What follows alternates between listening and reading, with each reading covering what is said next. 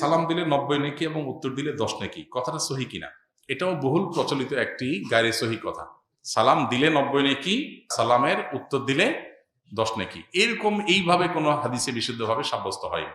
যেটা আছে সেটা হলো, কেউ যদি আসসালামু আলাইকুম বলে তাহলে সে 10 নেকি পাবে, ওয়া রাহমাতুল্লাহ যদি বলে আরো 10 নেকি যোগ হবে, অবারাকাতুহু বললে আরো 10 নেকি যোগ হবে, তাহলে মোট কত হলো? 30। এটা হাদিস দ্বারা সাব্যস্ত। দিলে 90 আর নিলে 10, এটা কোনো বিশুদ্ধ হাদিস দ্বারা সাব্যস্ত না। তবে হ্যাঁ, এটা ঠিক যে সালাম নেওয়ার চাইতে সালাম যিনি দিচ্ছেন তার সওয়াব বেশি হবে, কারণ তিনি ভালো কাজের সূচনা করেছেন। আবার আরেকটা ইম্পর্টেন্ট কথা হলো, সালাম দেওয়াটা সুন্নত, নেওয়াটা ওয়াজিব। দেওয়াটা সুন্নত, নেওয়াটা ওয়াজিব। এখানে ইসলামের একটা সামাজিক সৌন্দর্য দারুণভাবে ফুটে ওঠে। সেটা কি? একজন মানুষ আপনাকে সালাম দিয়েছেন, এখন আপনি যদি জবাব না দেন, তার মানে আপনি লোকটাকে ইগনোর করলেন, অপমান করলেন, তার সালামটাকে আপনি ডিনাই করলেন, তাহলে আপনি একটা লোকের কষ্টের কারণ হলেন। এটা আপনি করতে পারেন না।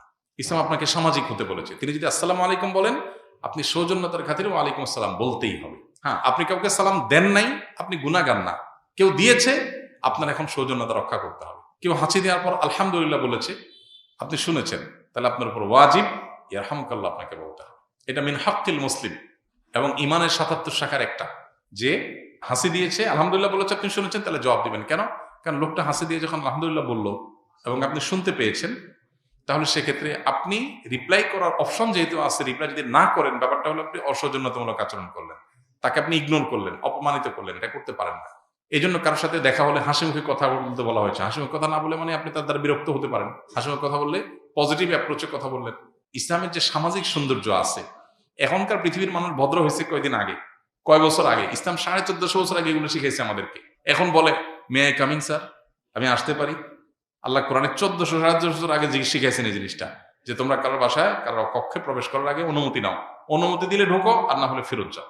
ইসলামের চাইতে আধুনিক ইসলামের চাইতে বেশি সৌজন্যতা বোধ আর কোথাও কোনো সমাজে কোনো কিছুতেই নাই। অতএব যে ইসলাম পালন করবে তার ভিতরে তার সবাই আছে, আর যার ইসলাম নাই তার হয়তো কিছু থাকতে পারে, আরেকটা নাই, তার দুনিয়া আছে আখিরাত নাই। আর আমরা তো আল্লাহর কাছে দোয়া করব, রব্বানা আতিনা ফিদ দুনিয়া হাসানা ওয়া ফিল আখিরাতি হাসানা।